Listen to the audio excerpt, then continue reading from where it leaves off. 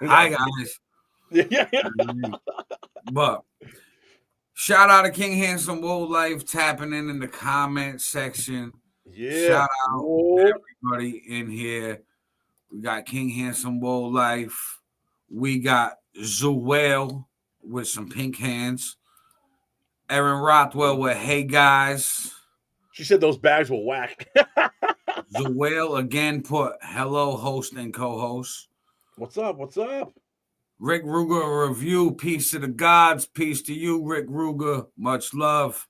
Hell yeah. Yo, I subscribed to him recently. I was gonna hit off air. I was gonna talk to you about him. That's another review show. Like the Hell other one yeah. I dropped, the dorky was the dorky review show. I got them Yep. cheeks played on. Yeah, just Rick trying to find- Reviews reviewed a few of my tracks before. Much appreciation to him. Nice. Aaron Rothwell, those bags are whack. Yeah, them Target gift bags, swag bags. How many of y'all got them? How many of them y'all liked them? Right. I mean, Rick Ruger about to go live himself. Have a good stream, brother. Appreciate you. Yeah, hell Let's yeah, man, fucking go. I mean, but again, hope everybody had a good holiday. We streaming this on Facebook. We on YouTube. We everywhere right now. And our music is everywhere too. It's available on all platforms. Just type in our names. I mean, wherever you listen to music, and you got us. I mean, YouTube, Spotify, Apple Music. If you check it out on Audio Mac, Deezer, iHeartRadio, goddamn these Pandora. nuts. These. That's what the guy from Deezer came up with the name from. He's like, where you gonna stream the music from? These nuts. He was like, Deezer. Hell yeah. Oh man. Shout out to Deezer. Peace. Yo, he said peace all the way from Canton, Ohio on Facebook. Hell yeah. Shout out Ron Hobson in Ohio. Yeah. Whoa. Know what I mean?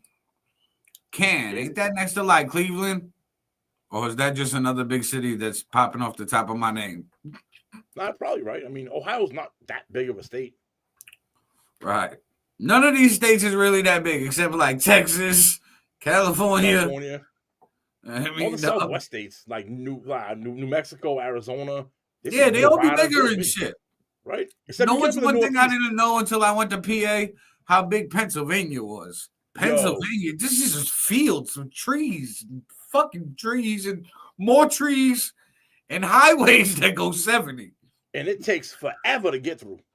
Hell yeah, bro. And the highways is 70 miles per hour in Pennsylvania. Word. That means you can go 80, 85. Yeah, hell yeah. Yo, as soon as I see the mile per hour should go up 70, I'm like, I should see 70. I'm like, amazing. That's great. They didn't give a fuck about life out here. This is just speed through. Yes. Feel bad for the Amish people though that are still on a horse and buggy. Horse and buggy going 7 miles an hour, like. Yo, there's side roads out there that are all like windy hills. They're like 45 miles an hour down like these up fucking steep mountain type hills. And then you got the horse and buggies going. So they got like reflectors in a triangle on the back of their buggy, like fucking be careful. They gotta have it down there because the cars and shit. They always go off to the side of the road too, and people. Yeah, it fucks up traffic down there. I did a job down in Lancaster, PA, which is where it's like heavy Amish, big Amish like population down there. And I was down there for 5 weeks. This was like 10 years ago, bro. And I remember we was trying to go out to get some food after work, and there was like this long line. People behind us were like, what the fuck, yo? Like, what's going on here? And then we finally, people going around the buggy on the side of the road. Like you said, had the reflectors on it and shit. Had the fucking license plate. I'm like, this motherfucker's buggy got a license plate, bro. Yo, I seen a video of the Amish the other day moving a barn, right? This big ass barn. And I'm looking at it like, okay, how they gonna move this shit? And then like the video time lapse. And then you see like 10 of them standing over there looking at the barn, talking about, we're gonna move this. Watch, da da da. And then there's 150 of them, 200 of them. Everybody's like shoulder by shoulder. And then they pick up the fucking barn. And then they walked it like 50 feet somewhere else. I'm like, yo, that is the illest shit in the world. You just have got everybody together, picked it up and moved it. What the fuck type of shit is that? Those motherfuckers are jacked too. Them boys are like, them boys because they be living in barns and shit with their neighbors. Them motherfuckers work all damn day. For real. Holy shit. I be seeing videos of them dudes like doing construction work, man, and the speed and the quality you get from them, bro. You don't see that shit in the construction industry no more.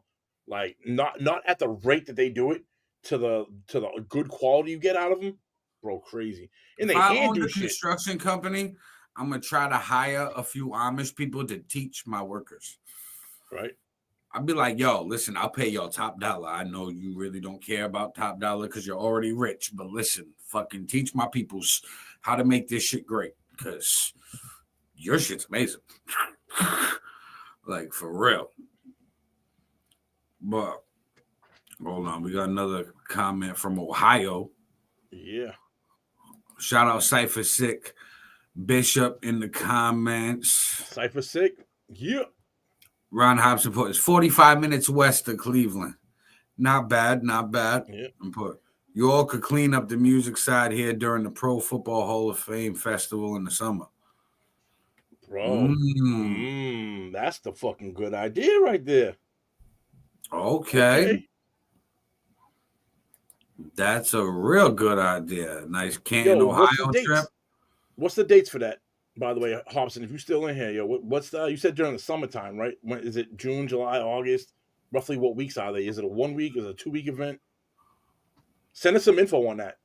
I would definitely like to, we get on that now, being November, almost December. Gives us 6 months to plan, 5 months to plan. Definitely be out there. I like that. August 6th through the 9th. Perfect. All right, perfect. So August 6th is the arrival and the Hall of Fame game. August 7th is Leisure Day. August 8th is the enshrinement ceremony. And August 9th is Concert for Legends featuring Lainey Wilson.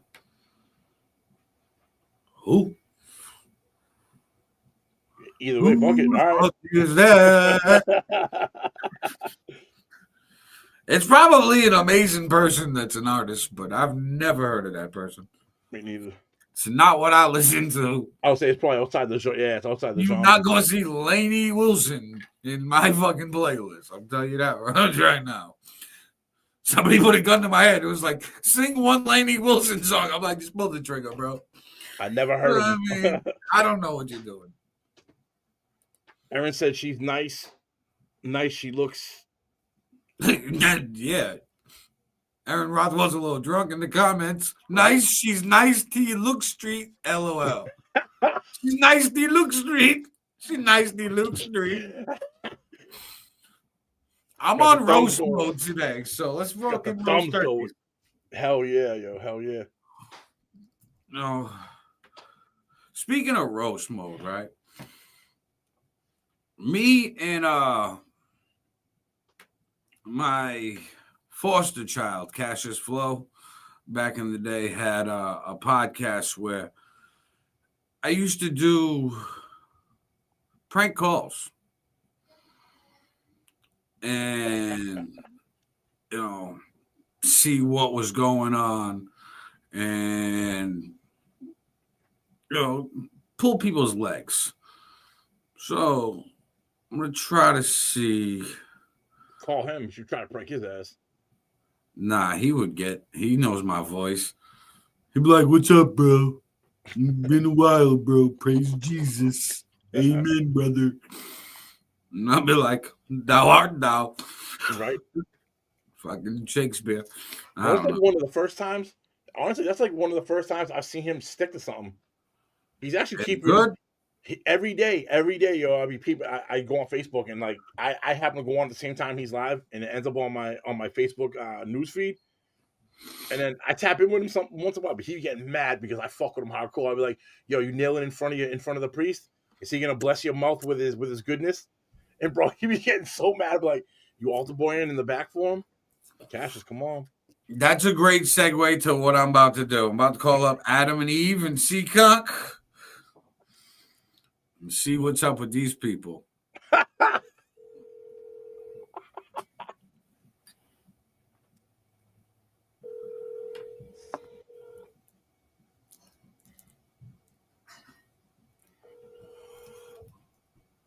you for calling Adam and help you? Hi.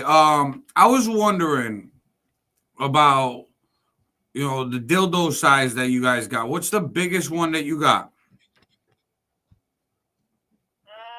15 probably. 15? God damn. You don't got anything bigger than that? I don't know. You'd have to come down and take a look.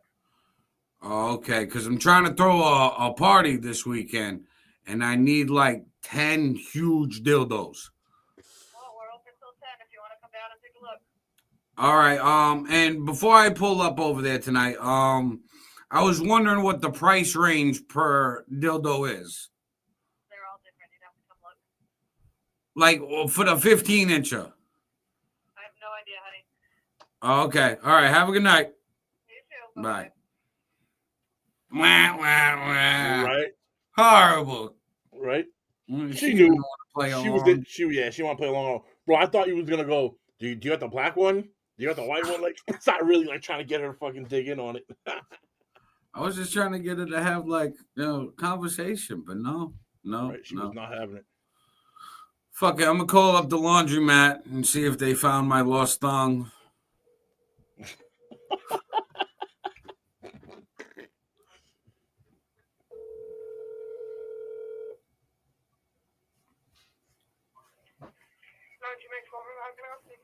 Hi, I was wondering if the last machine all the way to the right, the dryer, if you guys happen to find a purple and pink thong. The last one. So where the counter is? Yes, the last dryer. No. No, you haven't seen any? No. Damn, because I need that for work tonight. All right. All right, I'm gonna have to go to the store. Thanks. That didn't work either. No. People are like, I'm too full. I'm not dealing with it. Nobody's dealing with this shit. They're like, right? Nah, bro. I'm not doing it. Fuck. I remember one time I called up. I felt bad too. I called up this small market called Daul Market, and they sell hummus. Bro, I asked for 100 pounds of hummus. I said I was having a party. I need 100 pounds of hummus by tomorrow. What's the price? The guy was like, let me call you back. He literally called me back about 10 minutes later. He was like, I can get that much for you, but are you going to be in here tomorrow to get it? He was like, because it's a lot of hummus and I don't order that much. I'm like, yeah, I'll be in there tomorrow. He goes, okay, cool. I'm going to put the order in now. Thank you. See you tomorrow. Da, da, da. I called him back 5 minutes later. I'm like, yeah, I'm going to have to cancel that order. I'm sorry, buddy. There's no party. I'm like, I just pranked your ass. But I appreciate you and your customer service. You did a great job. Give you 5 stars. No, I mean, he was a good guy. Then I just tried to look up the number before Adam and Eve, but I guess they're permanently closed now. No surprise. The Amazing Sex Superstore in Providence. Yes, it's permanently closed online. I called it once with Cassius Flow, right? And we was doing the pranks and shit on the podcast. So he told me to call and ask for glory holes, right? So I asked if they got any glory holes. The guy on the phone says, no, they're illegal in Rhode Island. I'm like, them shits are illegal? That shit's a crime? Right. I'm like, wait a minute, hold on. And then he goes, but, he goes, we do offer. And I was like, okay, what do you offer? He goes, ventilation shafts. I said, what the fuck is that? He was like, same thing, but not the same thing. Now I know why they're closed.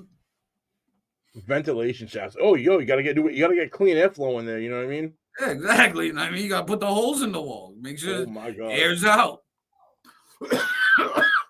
The owner's like, that's just for ventilation. That's all. Fuck that shit. State inspector's like, that's not what that's for, buddy. That's not. I'm gonna have to shut you down. Fuck you doing? You're closed. Wild. Holy shit. Speaking of shit like that, I just seen this documentary the other day Remember HBO back in the day, The Bunny Ranch? Oh yeah. So they just had this documentary about the Bunny Ranch, about like surviving the Bunny Ranch. Well, like these former prostitutes talking about how evil it was, how the guy Dennis Hoff was like basically raping them all and fucking all of this shit. I'm like, yo, y'all need to stop with this. Some of the girls traveled across country to go work at the brothel. I said, yo, you traveled from one coast to the next to be a hoe, to be a paid hoe. Mm-hmm. And they were like, yeah, but the boss wanted to fool around because he wanted to test his product. If he's selling you the product. You gonna test it first. You know what you're going there for too. Like, come on, let's keep it real, man. Let's keep it a buck. Like, you know why you're going there. And then you after the fact gonna be like, oh, it was like, what did you think it was gonna be? Fucking cake and confetti? The fuck? Like Flea said, it's not a Sunday. What the hell? Saturday. What the hell? Yeah, Saturday. Gotcha. We'll still be on tomorrow. Don't worry. We're still gonna be on tomorrow at 6 p.m. By the way, whoever's still watching this podcast right now, you can tap in tomorrow from No Victory Too Easy TV was laughing at us about the phone calls, the dildos, and the tongs. Yo, I can just imagine the lady's face at the laundromat when I was like, "Damn, I need that. I gotta go to work tonight." She was like, "So what the fuck?" That's great, big rat. He doesn't come up in here looking for that shit. Best part is if she actually really found something, she's just hiding it. Nasty bitch. Just call back and be like, yo, somebody told me that you found it and you're just hiding it on me. You're wearing it. You're wearing it. You need to put it back. Right? Then I want it washed first. Wash, dry, fold. Wash, dry, fold. Smell like fish. What the fuck smell like tuna can food? That shit is wild, bro. Holy fuck. Yo, we got mad new music coming out. Just saying. Take this on a music tip. Since Flea mentioned Sunday. Dying. AI is gonna make that into a clip. Aaron Olnaya dies on live. Like Aaron Olnaya dies on live. Oh yeah. People gonna be that'll be my most viewed video. For real. As you know, I pop up tomorrow. I'll be like, you guys are assholes, all of you. Okay. Whoever pressed play on me dying. Fucked up. So speaking of music, we all know for the past 2 years, Aaron Olnaya's got a Christmas song called Cash App Christmas. Mm-hmm. That's gonna be so. Yo, you can go find that with Christmas time coming up. Definitely go check that out. That shit's a vibe. That shit's a bop. Yeah, the official music video drops on the Aaron Olnaya Vivo channel on December 7th. Nice. Yesterday, I just dropped a music video for the song called Vibes, available on Aaron Olnaya Vivo. And I was doing weekly music videos from July every Friday to the end of the year. But from December, I'm going to hit y'all with different variations of Cash App Christmas. So every Friday in December is going to be a re-release, different visual for Cash App Christmas to keep the spirit of the season. Yes, the season. Yeah, I put up a video yesterday of like the Grinch dancing to it and shit. The Grinch was in like a car too, the slingshot. And it was like a Grinch like twerking and shit to it. It worked perfectly, hit the beat perfect. I was like, hell yeah. Let's go. Like, throw my song on this. Right? Nice. I'm working on a track right now called Drunk Santa. If you know me on how I like to get funny with tracks, you know what I mean? Mm-hmm. Like, I don't get too... I do have serious songs, don't get me wrong. I have serious tracks, but a lot of my music, like Chubby, Dem Cheeks, is more on the lighter tip, sexualized. This one, I heard a beat from a producer named Anabolic Beats. I actually had this beat 2020. I've had this beat since 2023. Was going to do something in the year 23. Didn't do it. Didn't do it last year. and I was mad at myself about not doing it. So this year, actually, as a matter of fact, having a couple of days off from work, y'all, I've been in the studio pretty hard, pretty heavy last couple of days. So I ended up making a track called Drunk Santa. Santa Claus fucking up some gifts and shit. You know what I mean? He just not doing the right joint. Kind of. I don't want to say too much, but I'm gonna try to drop that, have that come out. Hopefully, if I can get it released, if I can get it uploaded this week, tonight or tomorrow, hopefully I can get it out like the week of Christmas. That way I can bust that out for the week of Christmas coming in, have it come in heavy. Maybe hit that algorithm. It's like Bad Santa meets more alcohol. Yeah, yes. Yeah, yes. That's a perfect analogy for that. That's a perfect fucking analogy for that. You know what I mean? Fucking, and yeah, so much music. Me and Fifth are working on an EP right now titled Who Am I? It's going to be more of some real authentic hip hop / political talk, conscious rap. We just finished a song with CCX from Kentucky. Shout out CCX. Hell yeah. That track's so good.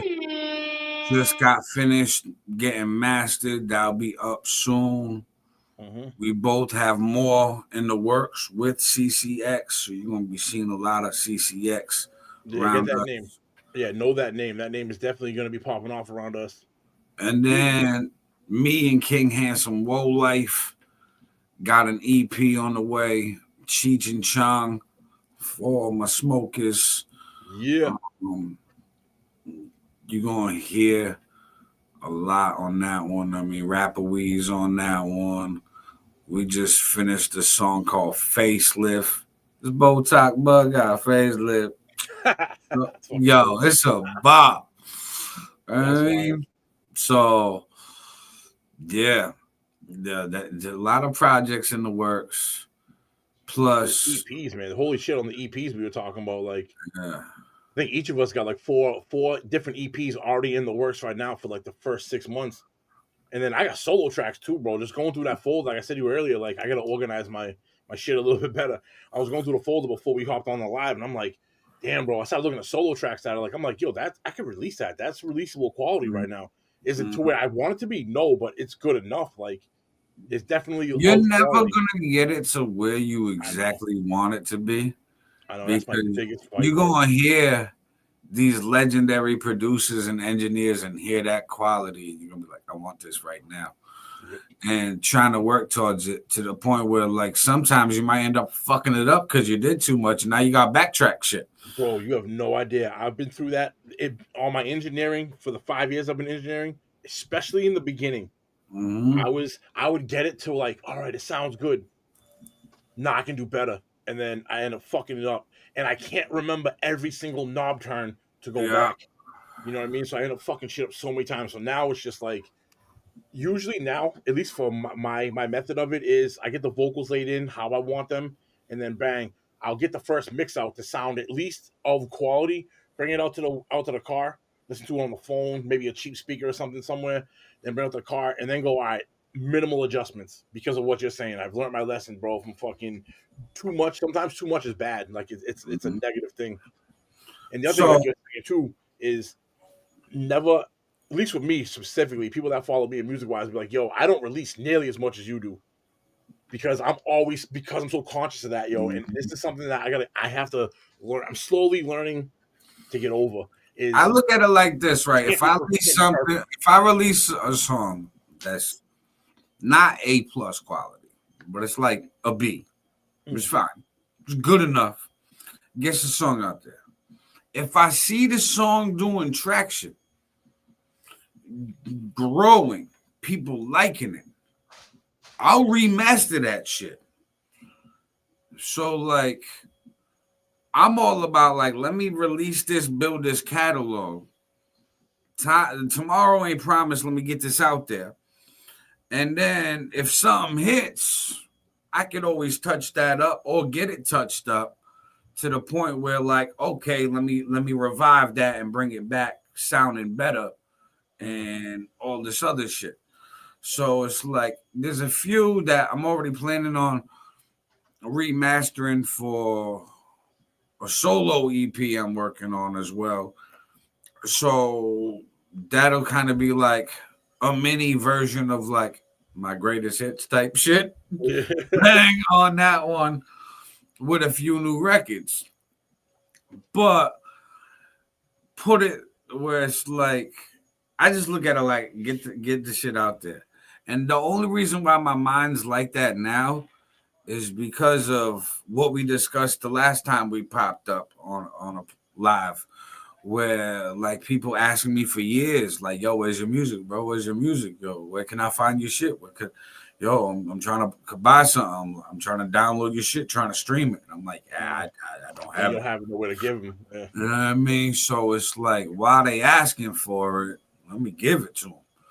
The longer you have people waiting, people get impatient. They're like, "All right, next." That person don't. You fall off their radar, and then it's even harder to try to scoop them back in because they already gave you their shot, their opportunity, like that first impression with people. You know, that's huge. Like, look at all the like. I study hip hop music, so look at the runs in hip hop. Who had some big runs in what they were doing? Like Lil Wayne, when Lil Wayne first came out, but when he blew up in like 07. Yeah, like Carter 3 and forward. Yeah. That year, he fucking was everywhere. I think he had like 100-something features that year.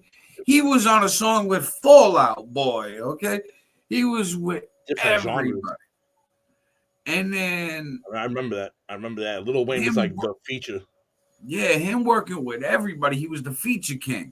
Bang. Then next thing you know, he was up. Now a whole generation's putting him in their top 5.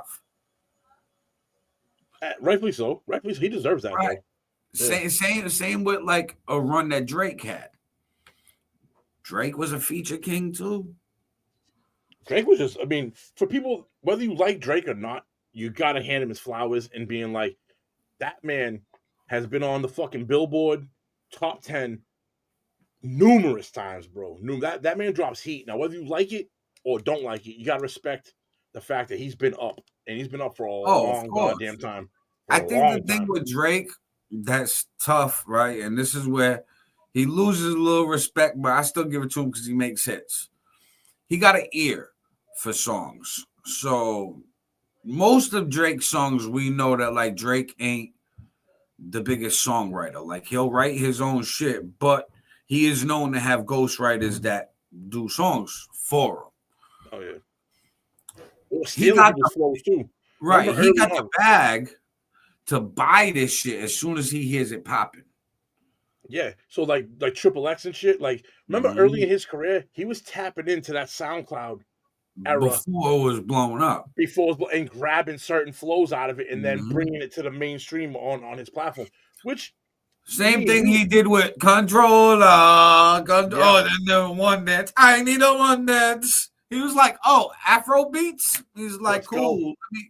Who's the guy who's popping right now? Popcorn? Okay, cool. Let me do something with Popcorn." Took the Controller song from him and then put the guy who's on the original Popcorn's. The Controller song was Popcorn's. Drake took it, made it his song, and then put Popcorn on the remix. Like, bro, how is you gonna put him on the remix when it was his song? You're on the remix, bro. Yo, he looked at dude and was like, "Listen, this is gonna be a mega hit if I do it. You can shine, you can eat off this on the back end on a remix, and even the numbers on the remix are gonna be 100,000 times more than what you're gonna pull on your own." Exactly.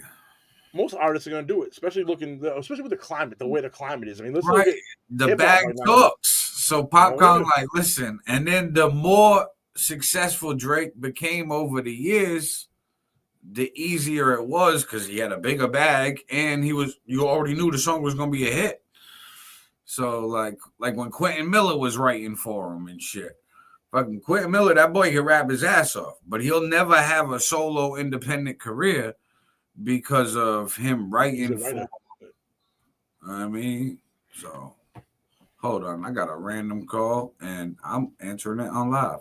Oh shit, here we go. Hello? Hi, did you just call Laundromat missing items? Yes, I did. Okay, I believe I found it. You found my purple and pink thong? Yes, I did. Oh my God! Thank you so much. I needed that. I got work at 8:00, and I didn't have time to run to the store. All right. Can you put that aside for an Aaron? All right. See you soon, baby. All right, thank you. Bye.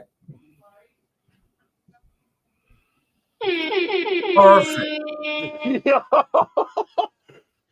They found the thong. Bro, this Go is to a work 2-part now. reel. This is a 2-part reel. We gotta cut this so that you catch the beginning as part 1 and the callback on part 2. Oh yeah, that's fucking great. That's a 2-piece right there. That's a 2-piece. I'm like, what is this number? I'm like, the fuck? Right. I'm always down with experimental music. If I see a certain style of music, I just put it out and it's doing good. Then I think about doing another song in the same style. Most importantly, every song I put out, I put my heart in. Facts, bro. You got to. I mean, people can hear. You can hear whether you're invested in a song or not. You know what I mean? You can just tell by. You can just feel it as a human being. You pick up the vibes in the tone of the voice, the inflection of the inflection, all of these cues that we take in. Yeah. You can tell when somebody's doesn't give a fuck, if somebody really is genuinely feeling the lyrics and can really like maybe put a life experience to it. Right. You know what I mean? Like and life. Absolutely. Yeah, but shout out Jeremiah, aka J Rev. Go stream his music. Me and him actually got a country hip hop song together. Oh, that's that same dude. That's his last name. That's J Rev. He does a lot of gospel, hip hops with metal, grunge, everything. Like he just experiments. If you're looking for something different, if you're looking for something different, and you're like, yo, I'm sick of the same old same, and you want something different, definitely go people with J Rev. That's J-REV. Yeah, so me and him got a track called Howdy, available on all platforms. Raised in the city, if I can get rowdy. Yeah. The boys say howdy. Yeah, I mean, it's definitely a bonfire song. It's a bonfire song. I know it's cold outside. Some people might be having their bonfires with fucking throw howdy on. Right. And then when you're outside, it's cold outside, go type in "Cold Outside" by King Handsome. Drop that too. You walk right into that one. Outside. It's cold outside. Yo, that shit's fun, bro. You looking for something to hype you up? That's the track. King Handsome. Shout out King Handsome, Whoa Life. Whoa. But yo, how great is it that they found the thong? Bro, that is why, and they called you back. That's excellent customer service. And how random of an item is that? I made sure it was random. Purple and pink. For real, right? And then they found it. Yo, do you think they really found it? Or do you think that they were talking, co-workers were talking like, yo, that was a prank call. And they call them back and see if it, and they called you back and you just confirmed it? Yeah. That's exactly what it was. They pranked me back. Bro, oh man, I know this is all impromptu. I swear to God, if we had a camera and you walked in there looking for that shit, just to see the look on their face when you walk be in, like, I'm here for it. I'm here for the fucking shit. They'd be like, what? Yo, what in the fuck? They're like, so this white dude with a beard walked in looking for the thong. Really looking for that shit. And that'd be even more funny. Like, bitch, I need to go to work. Then she's like, yeah, it's right here. Holds it up, be like, I take it and walk out. Okay, thank you. You gotta own it. You gotta own the whole thing. You get rid of it when you leave, but you gotta walk out the building with it. Facts, yo. J Red, I love hip hop music. Hip hop is my favorite music. I have a jazz, blues, country, industrial metal. I just put out a song that has a mix of rap, metal, screamo, and opera called "Rise of the Crown." Check it out, man. That is quite the smorgasbord of the music genres altogether. Yeah. He said rap, metal, screamo, and opera.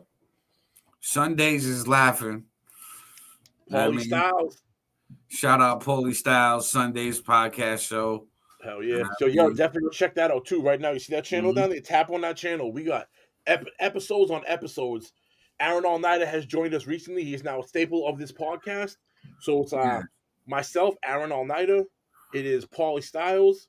Once in a while we get John. Once in a while we get New Hot Weapon, and my brother Hammer is going to be coming back on the show. I think next episode, I think he's coming back on. So we're going to have a full squad back up. But hell yeah. Hell yeah. That's on all platforms. Sunday's podcast show spelled that way, except for TikTok. TikTok don't like Sundays. No, they don't like what Paul says. Even fucking YouTube's a little mad at the Sundays channel right now. I be putting clips up. I be putting the clips up from Sundays that the program makes and put on TikTok. Oh, they don't like that shit. No, bro, we get in trouble, bro, every time. So I gotta make sure I gotta watch the clip before I upload it, and I'm like, all right, is this one that's TikTok acceptable? Especially recently. I mean, let's keep it real right now. Let's spill some tea. I'm not gonna say spill the tea like it's true. Opinions, of course, but Paul, since you're on here and you're hearing this, you've been getting a little crazy lately, sir. I've noticed a little race baiting, we'll call it, maybe, on the last couple of podcasts. He said the race baiting. Yeah, he was definitely up on that in the last couple ones.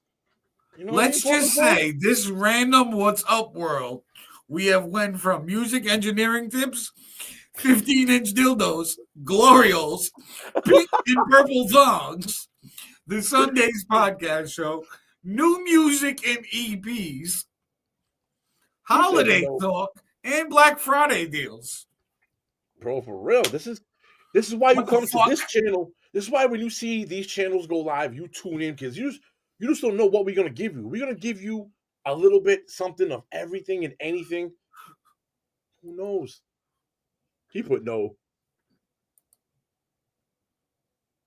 No, okay. We just gave a moment of silence for that bullshit. J-Rev says, Roger Payton, it's on all major streaming platforms. Yeah, J-Rev's music. What the fuck is that pink thing?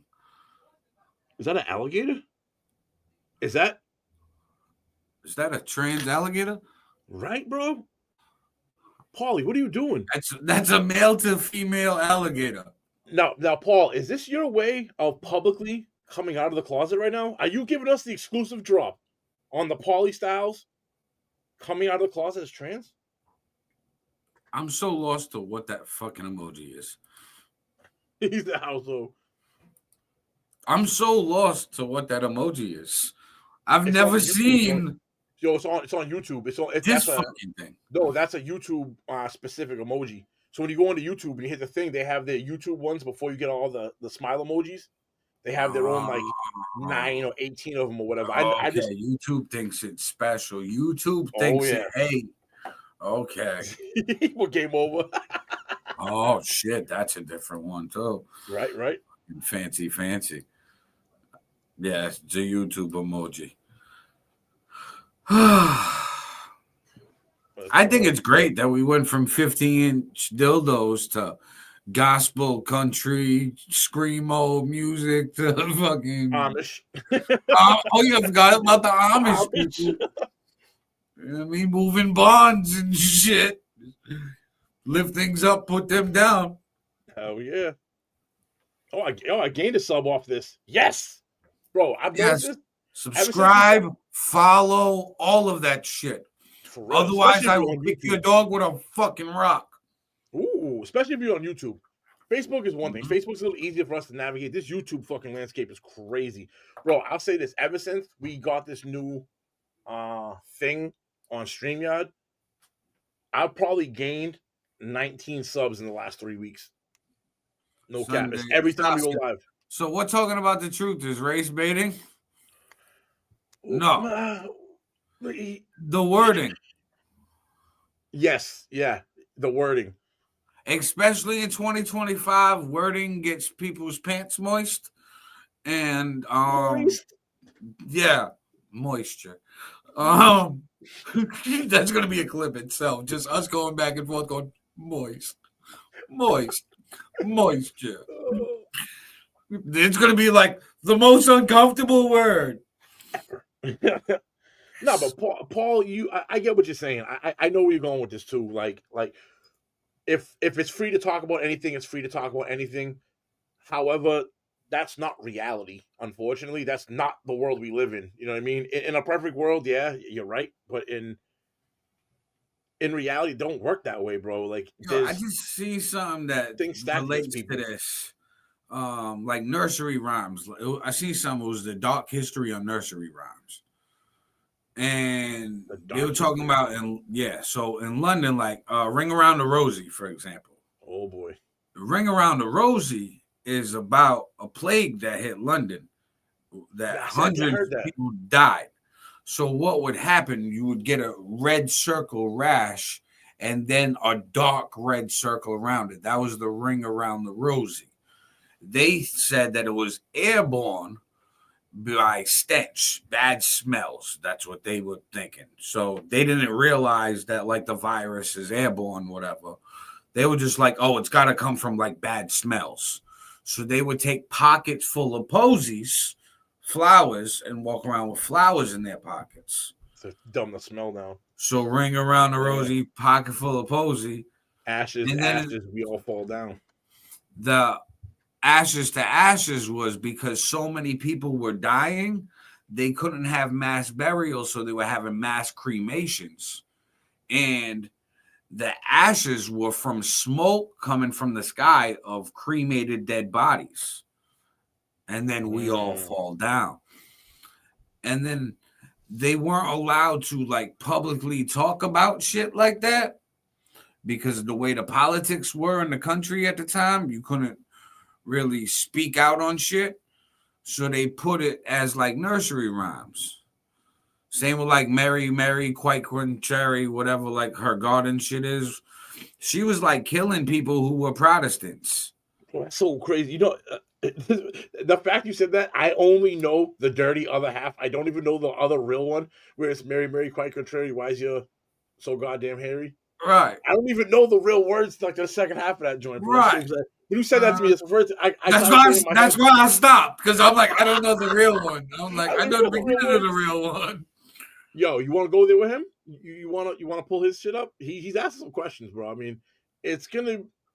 He says, I do the link in the comment section. The link is in the comment section. Paul, if you can jump on. He says, "Am I racist?" Some people, if I'm keeping it real with you, some people are gonna call you a racist, bro. That's just the world we live in. I don't think Styles is racist. I don't think he is. that he. We know him, though, but we know him. You gotta Right. put yourself in the shoes of someone who maybe just came across that clip or that portion of the podcast, and they only heard that. They may have to call him racist. You know what I mean? Right, like the wording.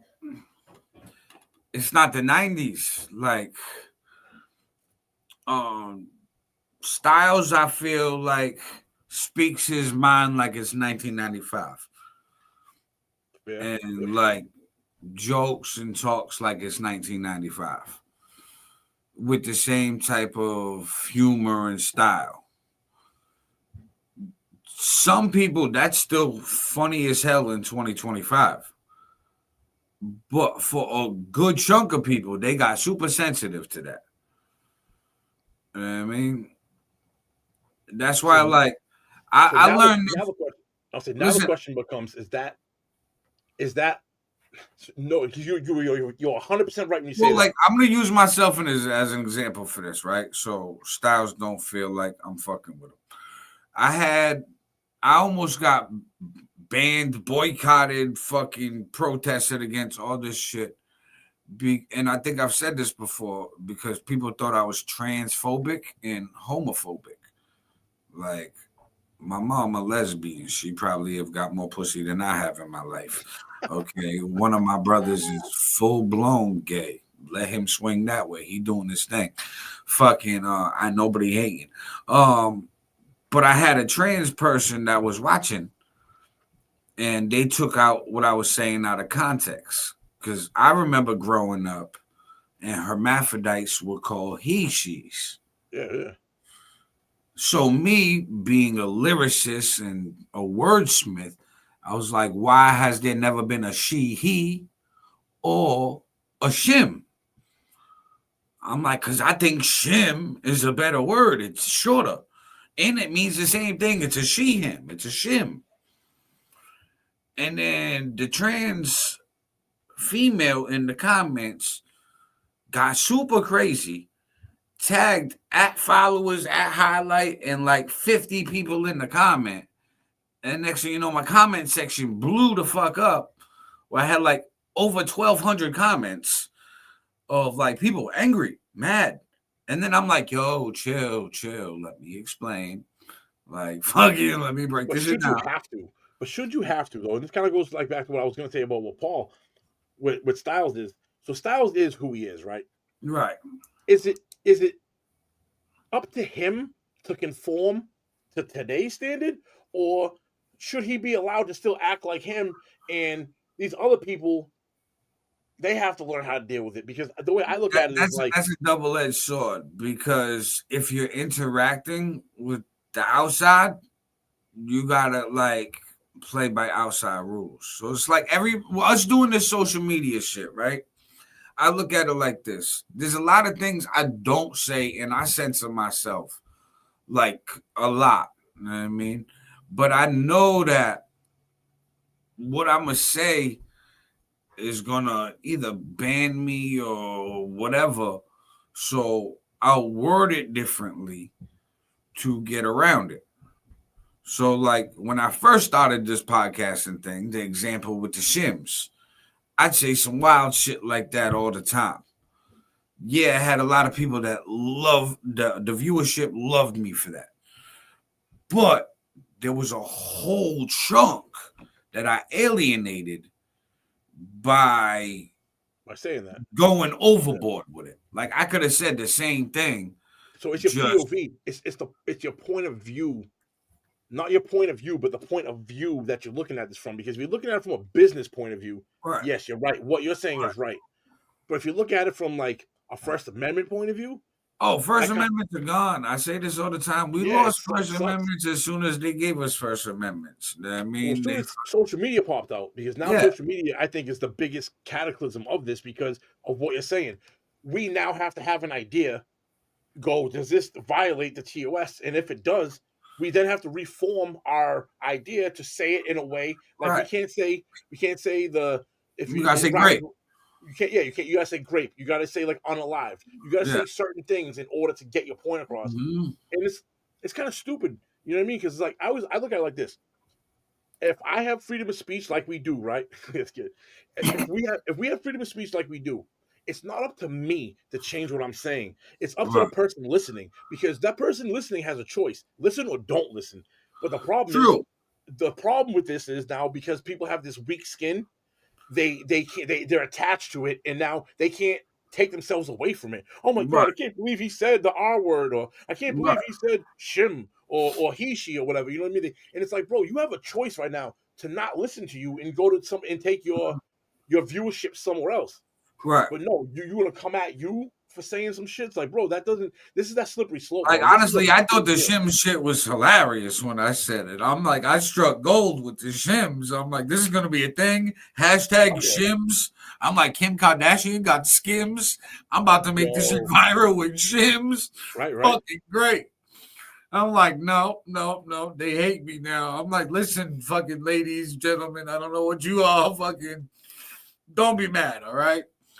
But that goes back to like what you're saying right now. Like, is it up to me? So me and you are all together. Say we're walking down the street, someone walking towards us, and I'm like, we're both like, hey, how you doing, sir? Because it looks like a guy, but it's really a woman. Why is that on me to try to figure your shit out when you present yourself? It's like, that's not on me, bro. It's not like.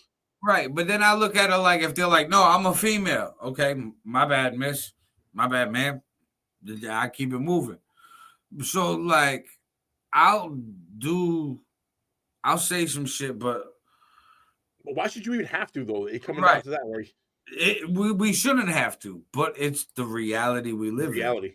Yeah. So, like, if I already know that we in the Matrix, you gotta play Matrix games. Like I tell people all the time, like, otherwise they're gonna limit you. Like, we all say this freedom of speech shit. All of these social media platforms are privately owned.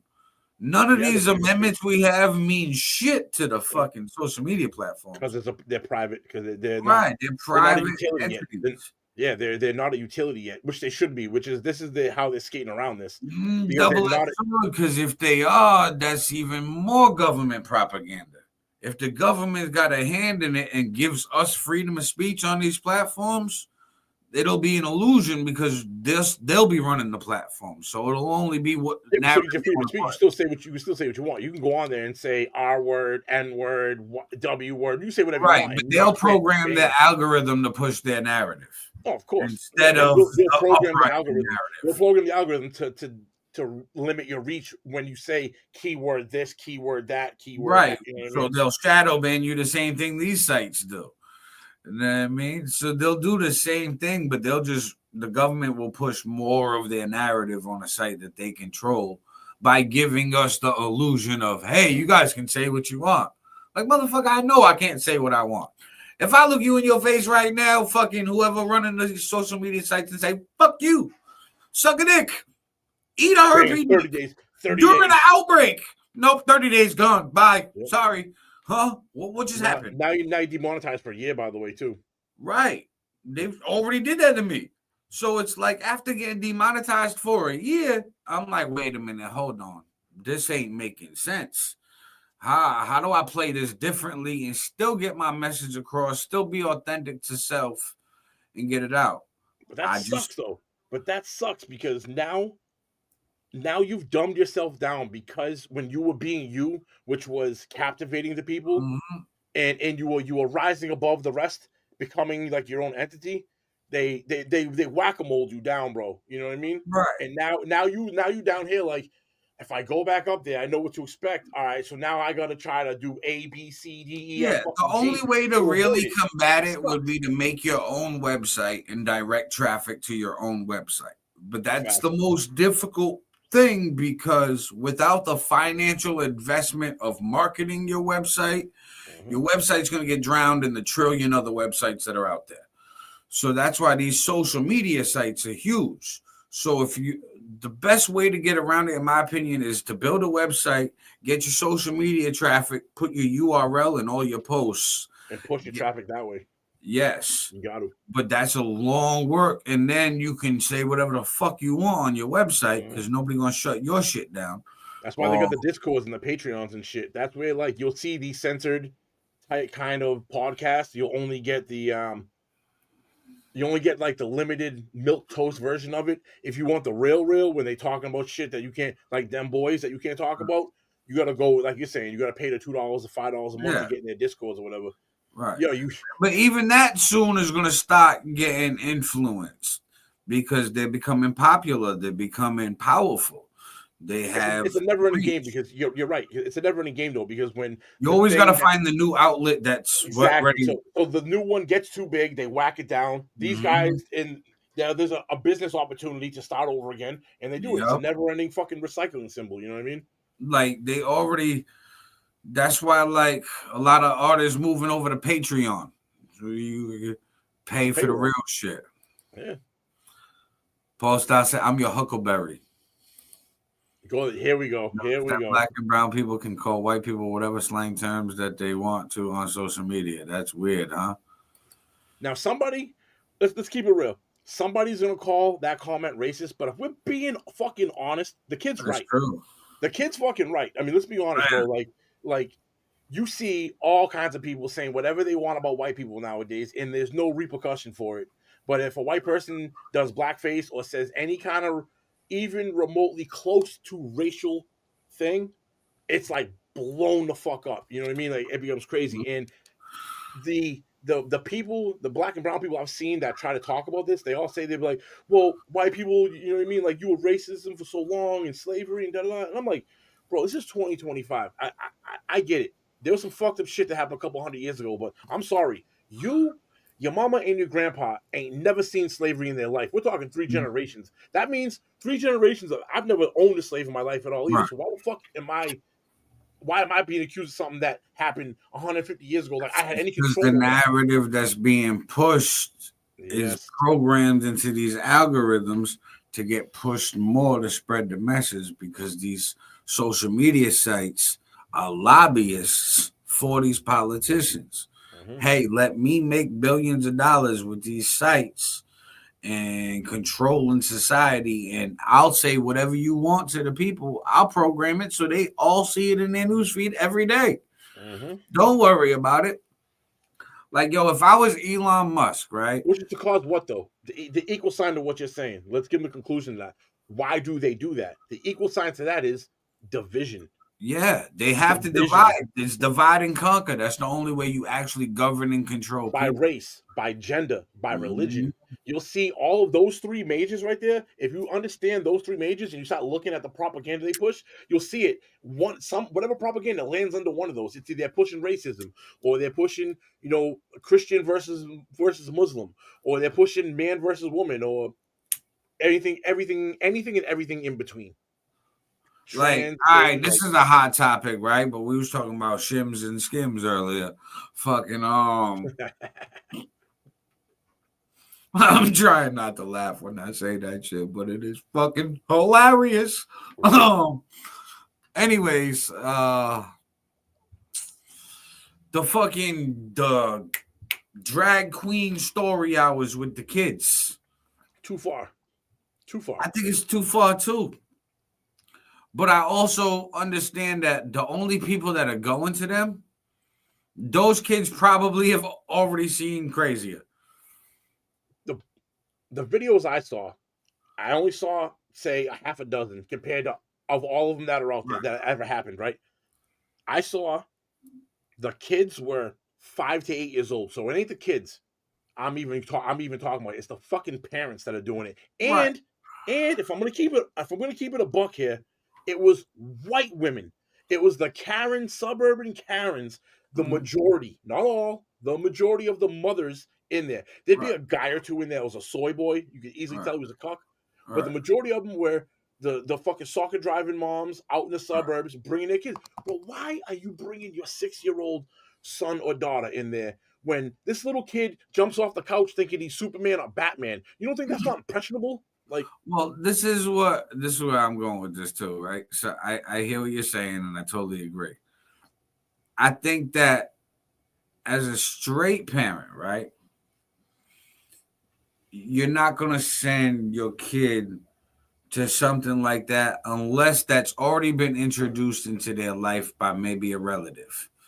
Maybe there's a relative in these soccer moms' family. Or the mom itself, or even just the mom itself. Right. Is that right? So, like, maybe the mom is 100%. Ain't the kids, bro. You're taking those 5, 6, 7, 8 so, like, on its own. That's the parents. 100%. Like, for example, I remember, like I said earlier, my mom a lesbian. When I was younger, one time I didn't go, but she tried to take me to P-Town. I'm like, no, I'm not doing this shit. No. She was like, oh, you'll think it's hilarious. No, I won't. Like, and that's unfortunate, bro, because to be honest with you, P-Town itself, if you take away the stigma of what you're talking about and look at it for what it is, it's a nice place to go. It's a good vacation zone. Right. Well, unfortunately, it's got the stigma attached to it. So now common folk, like you said, you're saying it right now, it's like, I ain't going there because of that. And it's like, opportunity lost, not from you, but from the city losing an opportunity to have tourism come because of it being overshadowed by what it allows. Now, in the comments, this is going good. Style says about this topic, this shit's fucking disgusting, point blank. I must have the kids in the Roger Payton says New England-based hate group NSC 131. Never heard of it. I'm gonna look that up. Shall we mention the Nazi group that traveled to Fall River as well? Because the drag queen story hour in Fall River had members of the New England-based hate group NSC 131. It's a militia group. It's like a white pride, fucking Proud Boy type group. But they were like outside. Does it still exist? They was outside protesting in Fall River. And the cops had to stand there and let both sides do their thing because freedom of speech. Facts. So it's like, okay. But that's what's good about the freedom of speech, though. I don't at all agree with the white supremacist thing at all. However, even though I don't like the ideology they bring, I have to respect the fact that they have the right to say it. They have the right to be, if you want to be racist and bigot, you have the right to be a racist and bigot. I may not like it, but that doesn't mean not liking it doesn't mean you get to lose it. You know what I mean? Right. Even though I don't agree with it, and I think it's retarded. Oh, sorry, the R word. I think it's arded. You know what I mean? Like, but Right. There's two sides to this particular event locally. One that is pro LGBTQ, another was a recognized hate group completely against it. There are videos of this all. I think that when you go that it's baiting. So it's like, all right, if you're gonna introduce, like, if you pro LGBTQ and you're trying to introduce that to a kid to maybe show acceptance of others, I don't feel like you need to go to that extreme and bring it to a public library, because that public library is shared with other people who have different views and beliefs. Bro, it's not even the public library. It should be like a private place. What were those people? It's not. All right. So we gotta keep it real. If we're gonna talk about, we gotta talk the truth. Say this truthfully. Those drag queens weren't in there just reading books and being like, "Look, I put makeup. I'm a guy and I dress like a girl and I got a wig on." I've seen videos, and multiple of them, bro, double digits worth of videos of them twerking and shit, sexualizing the kids. That's the problem. It'd be one thing if we went in that's there. way too far. That's way too far, bro. It's one thing when you want to go in there and be like, all right, listen, I'm this. We're gonna try to normalize this. Let me read books to kids, but kept it at a PG level. Right. No, they were in there twerking and shit, bro. Like teaching people how to do. I'm like, what? No, this videos of 6-year-olds. Mom, this soccer moms I'm talking about giving dollar bills to the kid to put in the G string. Why are you dressed in a G string at a library in front of 5 and 6 and 7-year-olds? Like, what do you? Let's keep it a buck, man. Like, that's some pedo shit. Like, no. I think there's always gonna be people that exploit shit, and that's human nature. Right. So there's those people that are like certified weirdos that are gonna take that as an opportunity for them to be a weirdo. And then there's the people who are just, like you said, just introducing themselves, how they are, and reading a book. I don't want it in a public place that's tax paid for. I mean, I think that if that's something that's being on, well, that should be put on by an LGBTQ organization that has their own venue that fucking they could do it at. You know what I mean? I don't want it at the public library that everybody in the city or town pays for. You know what I mean? Because nah, bro. Like, who goes to the library? Let's be honest. Like, again, if you're talking percentages, I'd be willing to bet more than 50% of the people. I'm not giving a whole number, but more than half of the people that go into a library are students of some sort. Now, Roger says, I think all actuality, it just shows that one group of people wants to try to be themselves however they see fit and feel accepted by it, while the other hand of people were crazy extremists that wanted them to feel unloved. All I'm going to say is our world is broken as it is. We should want kids and everyone else to feel accepted, so there's less pain going forward in this life. Now, Roger, I'm going to have to say this, right? I would agree with you if the drag queens was the kids, okay? But the drag queens is the adults, okay? So, like, yeah, you could be you. You want to have a drag queen story hour as an adult, do with other adults. If it's the kids that want to feel loved and accepted and the kid's a drag queen, well, guess what? Have the kid read the book to the other kids that the other kids are drag queen. We set age limits for things, right? There's age limits in life.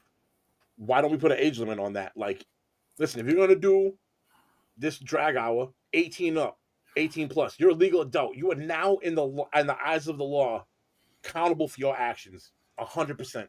Right. Other than that, if it's going to be anything under 18 for the kids, it should be an under 18-year-old, like a minor that reads to the minors. Yeah, but even still, I think we shouldn't even. That should be the cut. 18 and up, right, do what you want. You're an adult. 18 and down, figure it out first, because you're going through puberty. You got all these hormones going on, all this shit. Your body's changing. You don't know what you want to be one day. The next day you're this. The next day you're that. And a lot of studies are coming up now where these people are like, if I wasn't pushed this way, I wouldn't have done it. A lot of people they grow out of it. Yeah, I was gonna say pull her up, yo. She was talking, and she must be on. She's on your YouTube. It's not on mine. Yeah, yeah. No, I agree. Well, in a sense, I think sex needs to be explained. Like nobody ever gave me the birds and bees talk. All right, like our generation, we figured that shit out on ourselves.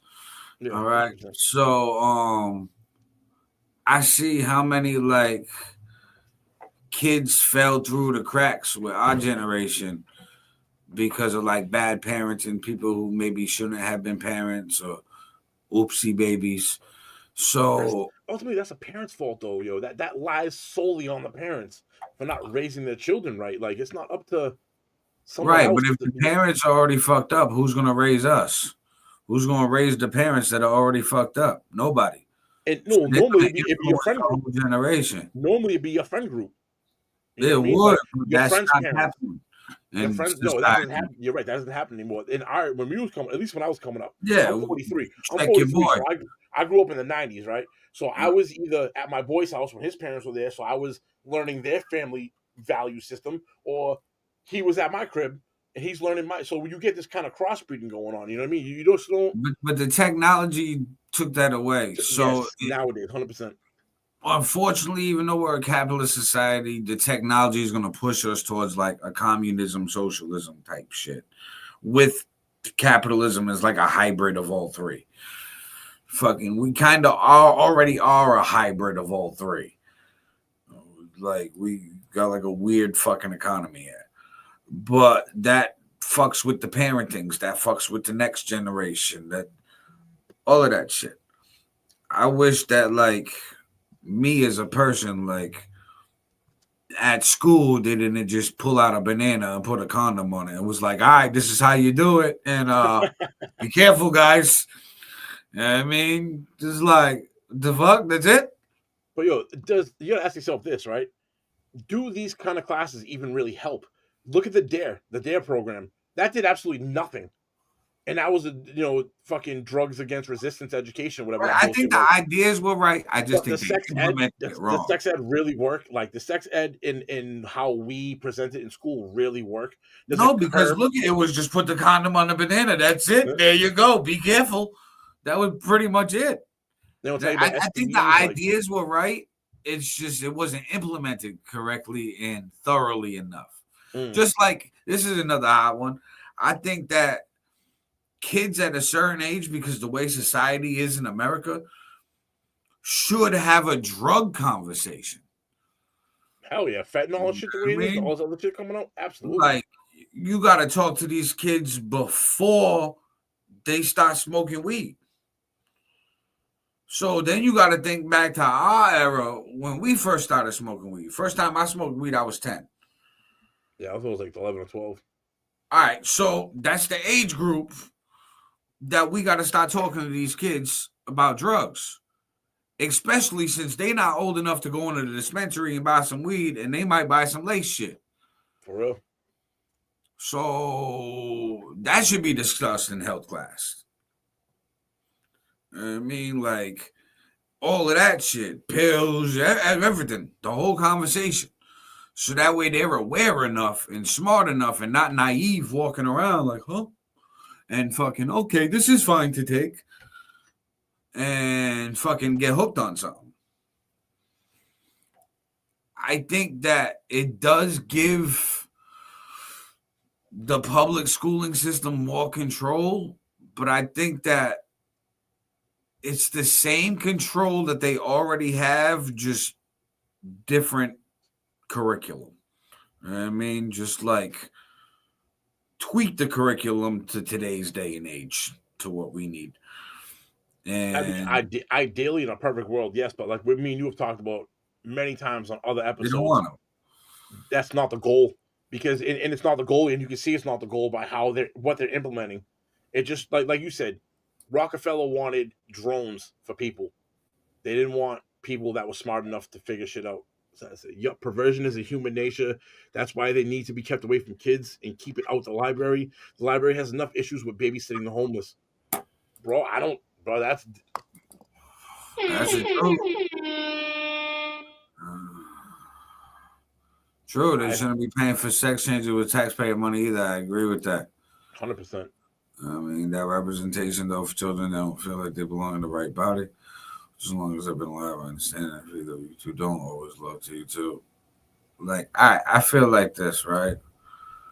But If yo, you, how many of those people are there really? Like, and ask yourself, this goes, I was saying this earlier to you. it might just be a deeper thing that makes you like, that's more of a body dysmorphia. But yo, that may be temporary too. You gotta figure when these kids hit puberty, male and female, hormones start raging through their body, something they've never experienced before, which triggers emotions and triggers reactions in an adolescent mind that maybe you start reaching for like extremes. But as you get older and you get out of puberty and you start hitting your young adulthood, those extreme views start to rescend, start to come back. And instead of cutting your titties off and switching your P to a D or your D to a P, maybe you don't do that. P to a D or D to a P. You know what I mean? Like fucking great. But you know what I'm saying? Like maybe we wait. Naughty. and we started with 15-inch dildos. Right? But yo, maybe we wait on that, bro, because like there's countless amount of people that have come and they're like, I jumped the gun too soon. I'm doing puberty blockers. I'm doing irreversible surgeries to my body. Bro, you're telling me you make a decision at 16, 17, 18 years old that is going to be permanent for the rest of your life. Let's pump the brake a little bit here. I'm not saying don't do it. How many people got tattoos they regret? For real, bro. How many people have made a bad decision in their life and regretted it? Facts. Fucking Lone Raven says sex ed in high school is all about STDs. Facts. That's it. You know what I mean? Sex ed now, just, man, shit. Yo, listen, I had this conversation with my mother, right? Who, like I said, is a lesbian. So she's part of the LGBT community, like OG of the community. Now, does she identify with them, or is she a lesbian outside of the community, or is she a lesbian in the community? Like, is she in the circle, or is she kind of like her own solo act? She's like half in the circle. Like 1 foot in, 1 foot out? Yeah, she thinks that the circle's doing way too much right now. She thinks the circle's doing way too much. She said, There's listen. a lot of people like that, bro. There's a lot of gays like that. Like, I'm not going to cap. I got an uncle that's gay. At Thanksgiving, he's at the table, and these kind of conversations happen to get brought up once in a while. You know what I mean? And he's like, no, they in his own way, he says, they're doing too much, man. It makes me look bad. Right. My mom said the same shit. She said, listen, there's straight, gay, and bisexual. She's like, I don't know what all this other shit is. She's like, there's those three things. Well, there can only be three. There's left, right, and in the middle, right? Like they can. Right. You only have two things to be. You can either be straight or gay. Right. Or okay, then there's a middle. So, what I explained to her, I said, yeah, but now what they did, I'm like, I agree. There's only those three things. But now people made subcategories. And they're going to keep making subcategories for each little personal niche. Yep. And then fucking like you could like look it up. There's like 100-something different sexual orientations or whatever. And it's like, what the fuck is this? Like, but you know what's funny though? These new age, what do you want to call them? Like categories. There's already shit for that. We've already come up. There's already been things for that, and they want to reinvent the wheel again, bro. And it's kind of like, nah, man. Like, bro, I see some shit today. It was I fucking wrote it down. Oh, I threw a piece of paper away. It was some shit, sexuality crap. Bree. It was BREEIE or something. And I looked it up because I was curious on what it meant. I looked it up, and it was like, it's when you're bisexual, but you favor women more than men. You're okay with a stud woman, but you kind of shy away from masculine men. What the fuck? Then you're bi. Right. Like, yeah, it's the answer's already there. Like I said, it's a subcategory. Boley Styles said, time to homeschool the kids again. Yeah. That could be a problem, too, because we're so stupid. They made it where it's too expensive. Bro, it's not even that. It's like, yo, are we even... Let's again, if we're going to keep it real, let's keep it real. How many parents could actually homeschool their kids the right way? How many are going to take the time, if they already home, to dedicate hours a day when the day's already set up, or stop working to make sure their kids homeschool? I mean, That's the main thing. It's too expensive. You gotta like be financially stable enough where you could have one of the parents stay home to homeschool the child while the other works. Lone Raven, you want to come on? You see you talking a lot in the comments, bro. Come on. Aaron, drop Yeah, the link. Drop the link in the comments, yo. in the comment section. You might have to scroll up a little bit, but yeah, you see that right there? Yo, jump on any of those right there. You can come on. Same thing with you, Paul. If you want to jump on too and get in this conversation, so we're not 100%. Like, I know we're missing some of the. And Roger Payton. Yeah, Roger Payton said some shit up top that I wanted to respond to too. Talking about the word freedom and what does it mean? Like, so what he's saying is, and I'm still manning your spot, Roger. So tell me if I'm right or wrong on this. But what you're saying is, our views may be a little harsh on the LGBTQ community because freedom is freedom, right? And what's the word actually mean? And I agree with you. If it doesn't hurt no one, but the problem is you don't see the straight side being like, you have to be straight and you have to accept me for what it is. It's the flip. It's the other side coming super aggressive with it. And the normal person like me and Aaron don't care what you do. We don't give a fuck what you do. Just stop shoving it down my throat every time I'm watching a TV show and there's the thing of commercials and there's 5 commercials come on. Bro, why is 1 of 5 gotta be that, bro? It's like 1 of 5 isn't even the ratio of LGBTQ community to the normal population. Like, it's shoved down our throats, and it's to the point now where we're sick of it. And it's like, bro, this wasn't like this 15, 20 years ago when this shit wasn't being shoved down our throat. There was way more peace and unity between. Now you got this shit where they're shoving it down your throat and forcing me to feel some type of way when I may feel this way, but I feel shame, so now I have to feel this way. Now I got a problem with it. You know what I mean? Like, what the fuck? Like, let's be honest, bro. Like, let's keep it a buck. I mean, if we're gonna be honest, let's be honest with it, yo. You know what I mean? Like, I got no problem. I get no problem. You 18 plus, do you? Whatever you want to do it. But I don't need it here every day, every 5 minutes. I don't need it, bro. Like, leave me the fuck alone. You gotta think every TV show now, you got somebody who's white, somebody who's black, you got a female, you got a male, you got a gay person, or somebody who identifies as that represents that portion for the show. You have an old person, you have to have a young person. You know what I mean, and you also have a disabled person because you have a bunch of other people who are able-bodied. And now that is your starting cast, and now you cast from there.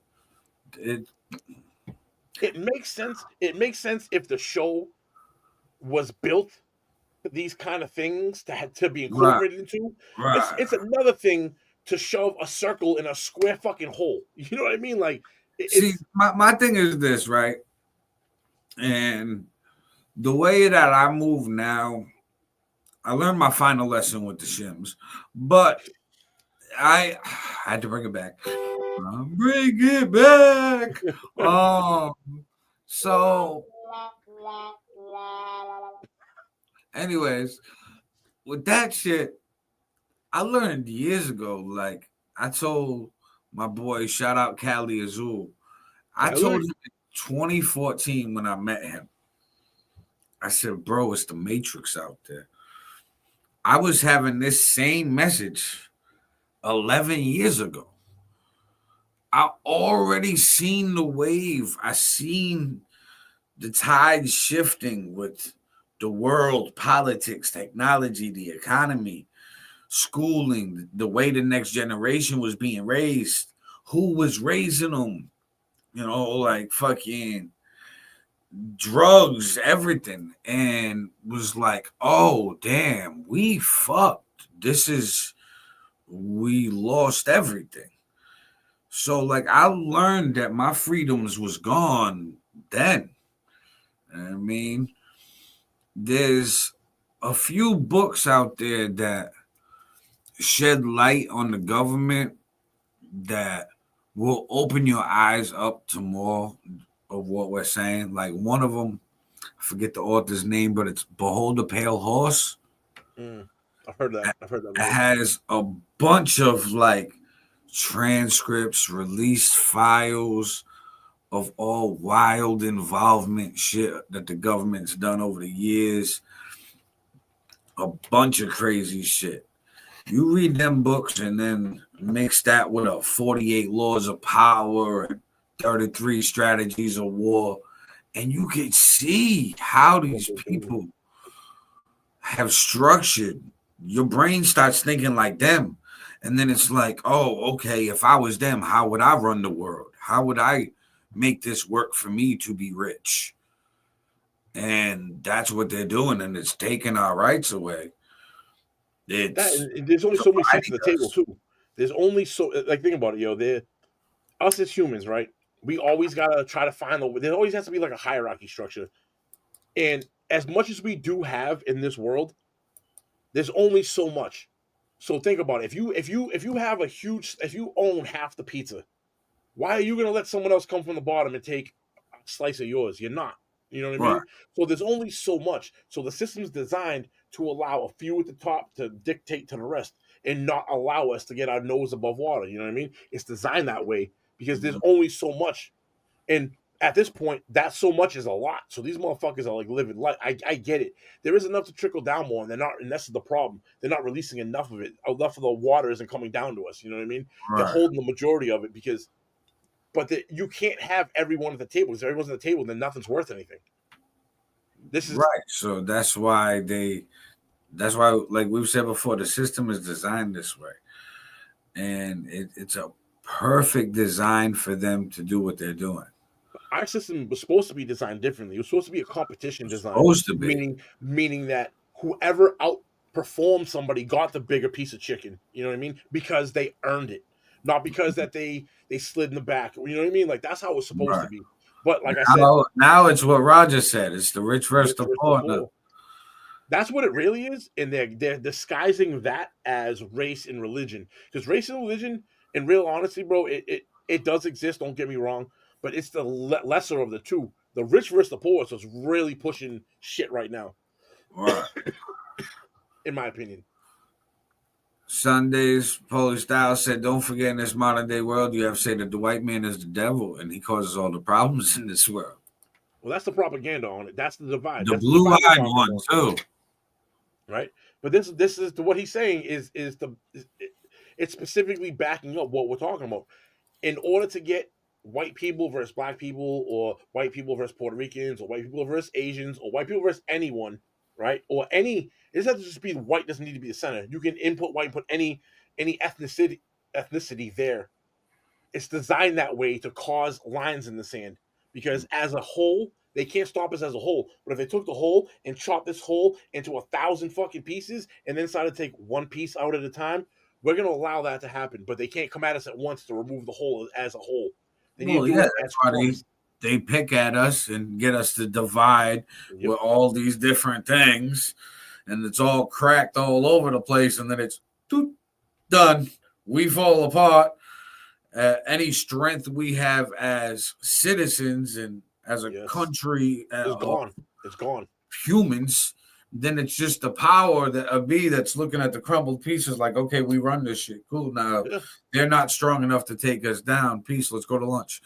Exactly. We'll do whatever we want, and we're just going to keep siphoning the resources up top from the bottom up.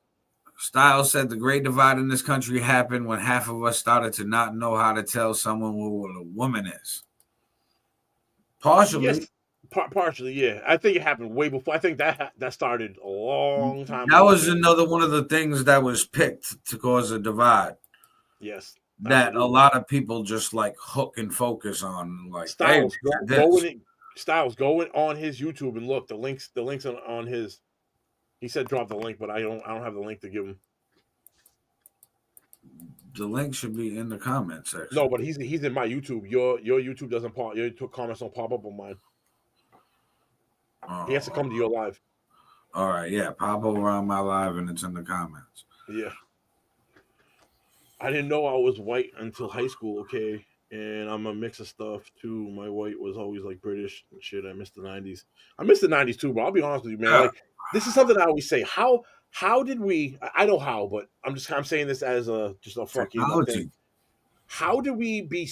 Think about the '90s. I was in high school and junior high in the '90s, right? Bro, Mhm. race relations was nothing like it is today, bro. White people got along with black people got along with Puerto Ricans, the Asians got along with the whites. There was beefs here and there, but Mhm. the overwhelming majority was we all got along. And I grew up in Yeah. Brockton, which was like a fucking melting pot. Right. Very similar to Fall River, very similar to New Bedford and Taunton and Boston and all these major cities around here in Massachusetts. Wasn't There was a little divide there. It was never the way it is now, bro. Nothing. How could we as a society 30 years later move backwards? Because we had our own pockets in our cities where, like you said, it was melting pot cities. The places in the country that weren't melting pot cities, that hadn't got to that point of melting pot yet, once they got the internet, they didn't like that shit. You know what I mean? Or wasn't accustomed to that. Causes division. You know what I mean? Where over there might be some wild shit. Over here, it's not a problem. What up, bro? You know what I mean? And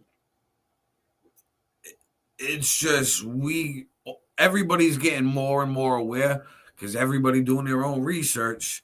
I think it's gonna be this boiling point turmoil shit until the whole country gets like internet access and has actually like done their research on like the history of the country and all this shit and like. Well, you're right. Here's the problem with that though. There's so much disinformation out there at the same time. Right, they got to be smart about it. Pockets of people are going to go down rabbit holes and form their actual like inner structure of how they think around bad information, and then they're going to have bad opinions. Even though I shouldn't say no one's opinion is bad, but you know what I mean? They're going to have a basis, what they're drawing their opinion from. The base, the crux of where they get it from is going to be built off wrong material. Right. And this is with you see it with the internet now. And we know this because they censor your information now. You only get when you Google search or something, or you Bing search, or you like GoDaddy Duck, or whatever the hell that shit is. Mhm. You go on there and you type in something, the top page, because they know more than 90% of the people only scroll the top page. That whatever those top websites are, you're going to click on one of them 9 out of 10 times. So if they know, hey, if I just present them what I want them to know, maybe not the truth, but how I want them to feel, they'll click and they'll dive on it. Very few actually go second, third, fourth, fifth page on a Google search. Like I forget the name of the app, but there's one app I seen it on like the Law and Crime Network and shit. It tells you when you like on the app, it tells you what news stories lean what way. It'll tell you if it leans left, if it tells you if it leans right, it tells you if it's down the middle. Yeah, they have them joints. Like even that PBD podcast that I watch all the time, the Patrick Bet David joint, his fucking website does that. He'll bring up so you can get one subject, hit all three, see where the circle the informations cross each other, knowing all right, maybe there's some truth there. This one's saying it, this one's saying it. Right. And it's got to be. Chances are it's true, right? Like, yeah, that's the internet evolution of news. So we just threw spaghetti at the wall for a while, and now we figured out, okay, let's find a place to get the middle news algorithm to AI to program it like this, and now we can siphon out what and give you whatever side you want. You can read what the left's saying, read what the right's saying, or read down the middle and figure out the truth. And now enough people got internet. Now they're gonna start using apps and shit like that. The people that actually care, that'll go out and vote, will want real news. They'll do that. Beyond the people that read the headlines. There's a lot of people that read the clickbait headlines and don't actually get into paragraph 2, 3, and 4. And what I'm seeing from the people that I watch a lot of independent news on YouTube. Like I very rarely go like mainstream media for anything. I'll do it if there's like an assassination or a shooting because their coverage, they're like there. So I want to see the actual visuals. But if I'm looking for like real information, there's a lot of independent people online. And they'll even tell you, bro, like when you're looking for that information, it's it's super tough to try to like decipher between the shit information and the right information. Right, because it's propaganda. The internet is Everywhere. still run by the powers that be. They're just giving you this huge source of the information and needle in the haystack. They're like, oh, the truth is out there, but find it. Yeah. It's like, what the fuck? Now, Exactly. switch this up a little bit. Roger Payton said Diddy most definitely met Jeffrey Epstein. Listen, Diddy rubbed Jeffrey Epstein's nut on his nipples, okay? Thought it was baby oil. That right there is a clip. Oh my. Yo, did they though? Did they actually do? I mean, it's almost impossible for them not to because they're so aligned. But did they actually link up, you think? Maybe there was competition. I'm Googling that. Matter of fact, I'm Googling that right now. They might have been competition, you know, like Diddy versus Epstein. Like, do you go to the Epstein parties or the Diddy parties? Which side do you swing to?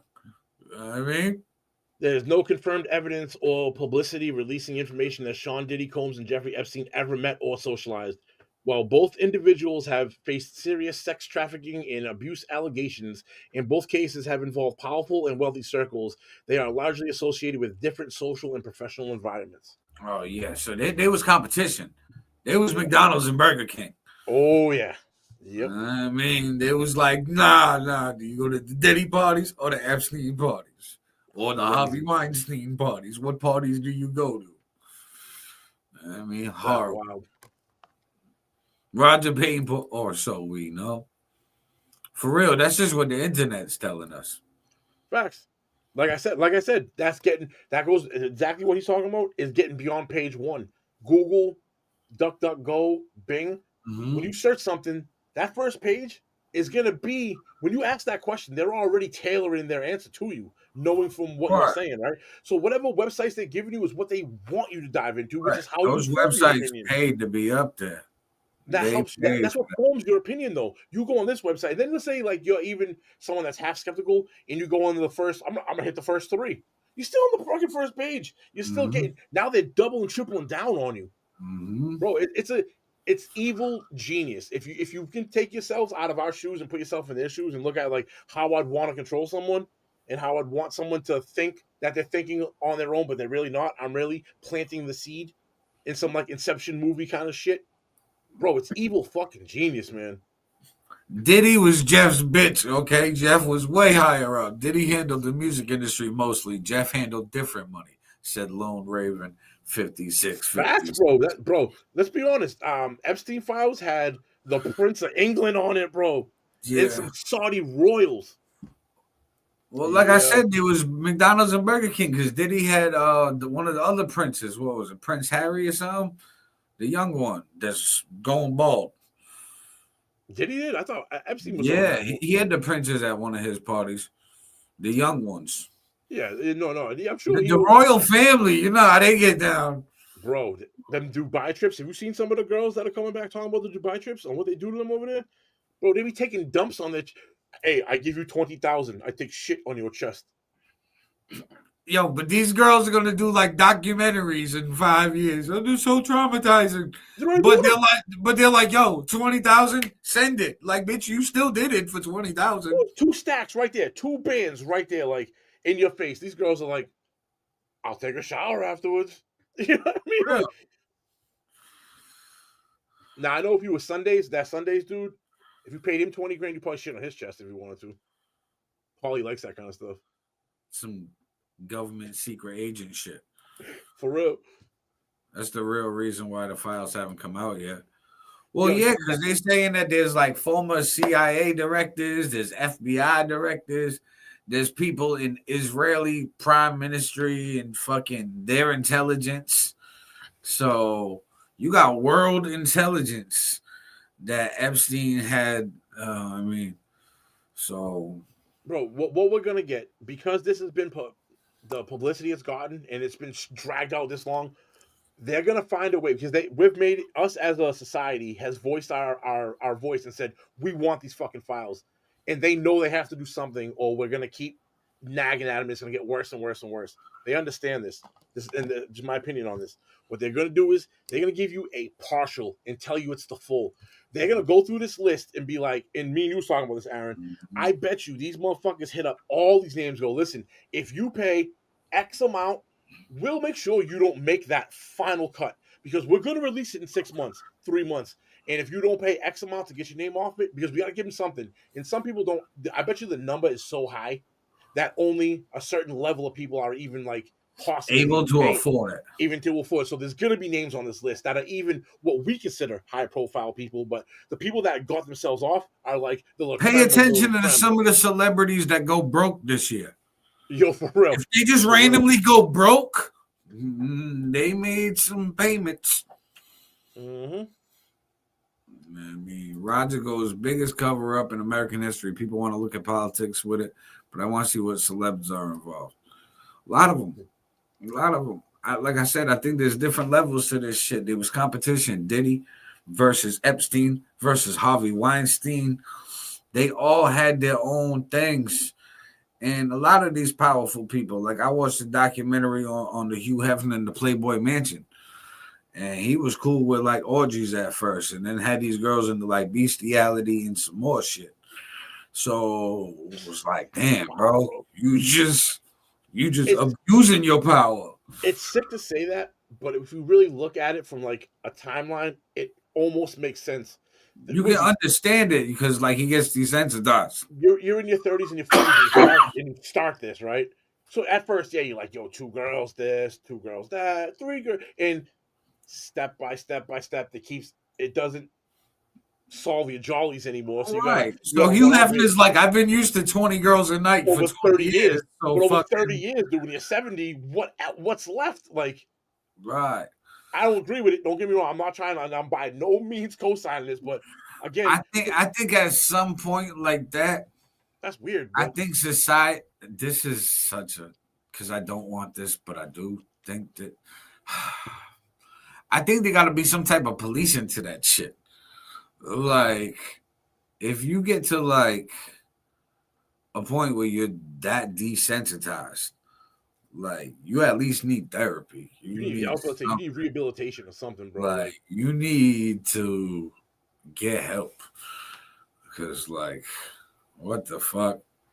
Like, I think that there's a lot, and we've covered a lot in this hour and 40-something minutes. So you got to think. So we've talked about. Let's run this down. Pink and purple thongs got the call back. They are found at Laundromex. Gonna go pick them up for work tonight.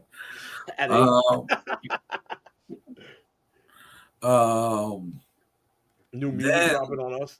New music dropping. 15-inch dildos, glory holes, ventilation shafts, hummus. All of this political talk. A whole bunch of conspiracy. Skims. Kim Kardashian. The AI clips for this would be great. Oh my god. Too much porn. She said too much porn, yo. Yeah, I mean that too. I'm guilty. I be tossing on Pornhub once in a while. All celebs are weirdos. And then Roger Payton put Bill Cosby. I definitely think he visited the island. Laughed my ass off. Now I think Bill Cosby had his own thing going on. He had his own island, yo. He was like, I got enough Quaaludes here for the whole cast. He was like, here, put this in your JELLO. Hey, should have been HELL. No, right? Oh man, why is the room going dark? So sleepy. Styles said, "Yeah, you got to crank down every once in a while because nobody doesn't like you." Laugh my fucking ass off. Yeah, I do. That's how it is. I mean, it's hard nowadays as a guy, man. Women got all the sexual power now.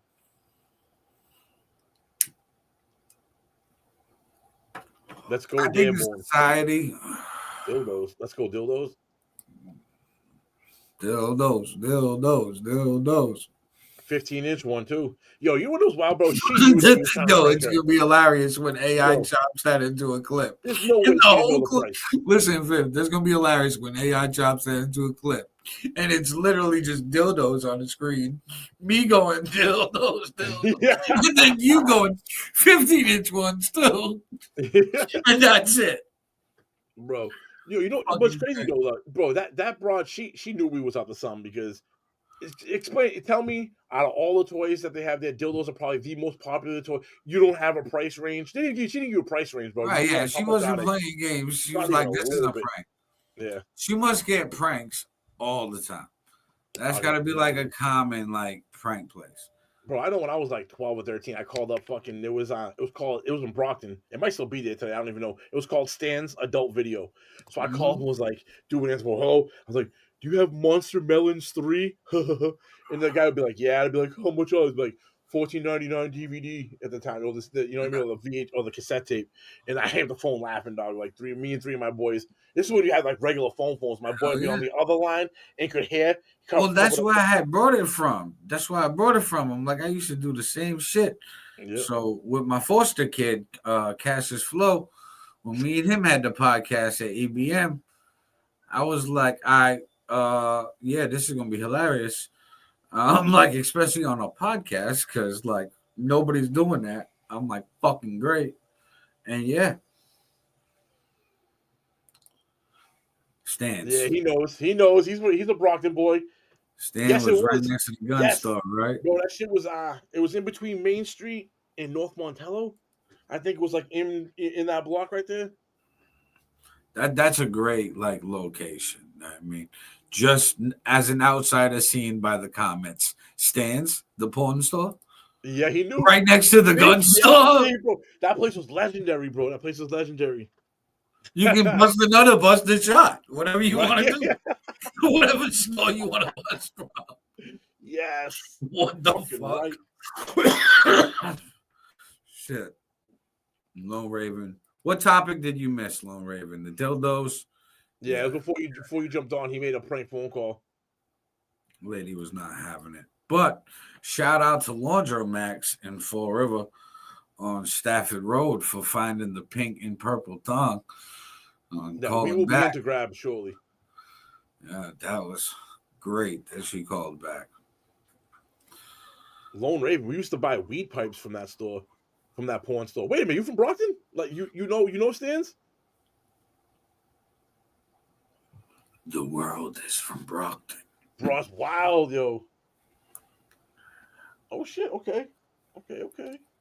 But guys, this has been dope.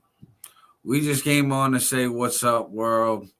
And every time we do this, it shit turns wild, bro. It does. Nutty, bro. I love it. Because like we do some wild random shit and it's always fucking random. The topics are dope. And the fact you guys interact with us and we talk about what you guys comment on and bring it's a community conversation, man. I love it. Absolutely. And you're gonna see us tomorrow. 6 p.m. tomorrow. Write it down, put it in your watch, go to your phone and all of that notification. Get that notification going. And tomorrow's the pop-up, right? Yeah, tomorrow. So tomorrow's gonna be a similar to this. Yeah, very similar to this. And if you want to join, you could just pop up with us and talk about whatever, like this. Whatever you guys want. That's why we call it the Pop-Up Podcast. Whatever you guys want to talk about, it's on you. So that one's scheduled. This one we just really popped up on y'all and just said what's up. But we're going to chop this into clips. This is going to be great.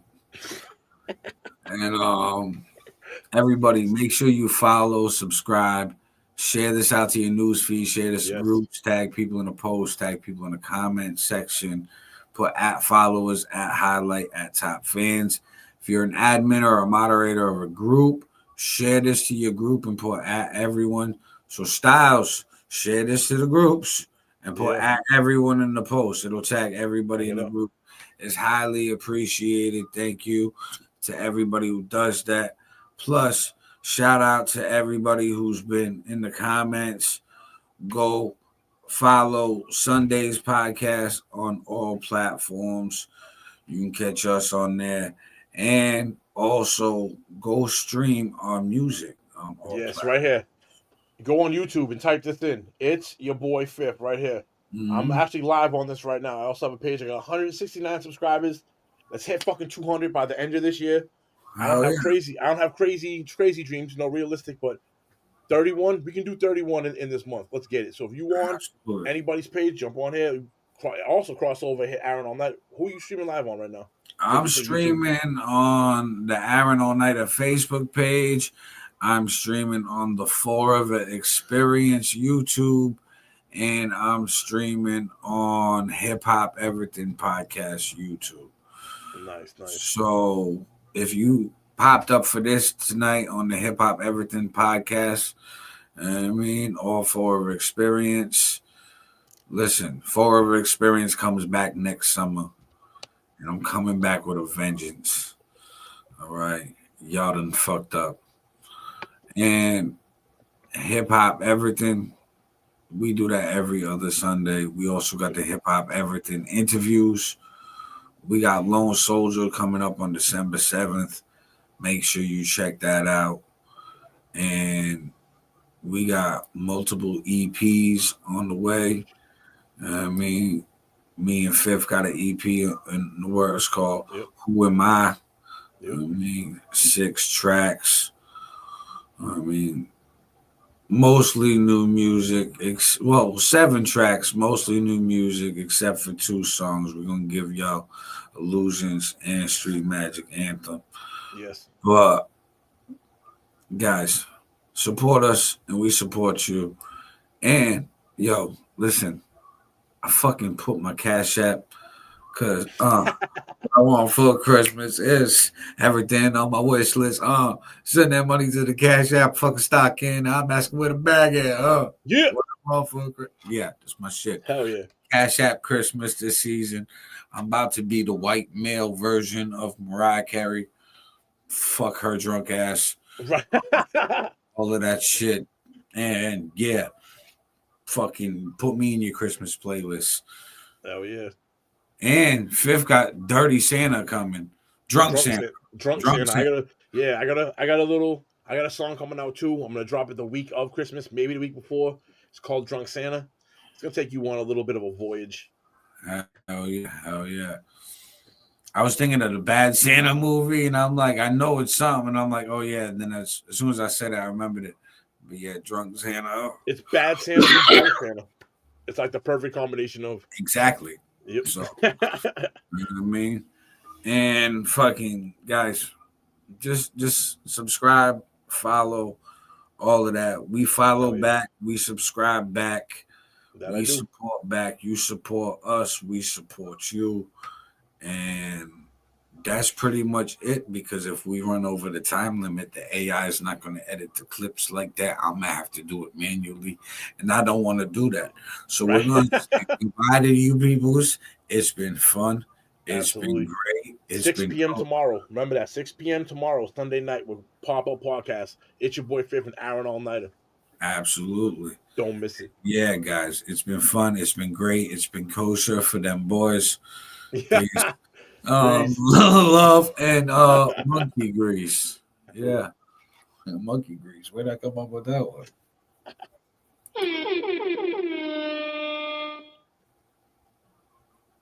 I gotta hit that. Yeah, we still live. It's okay.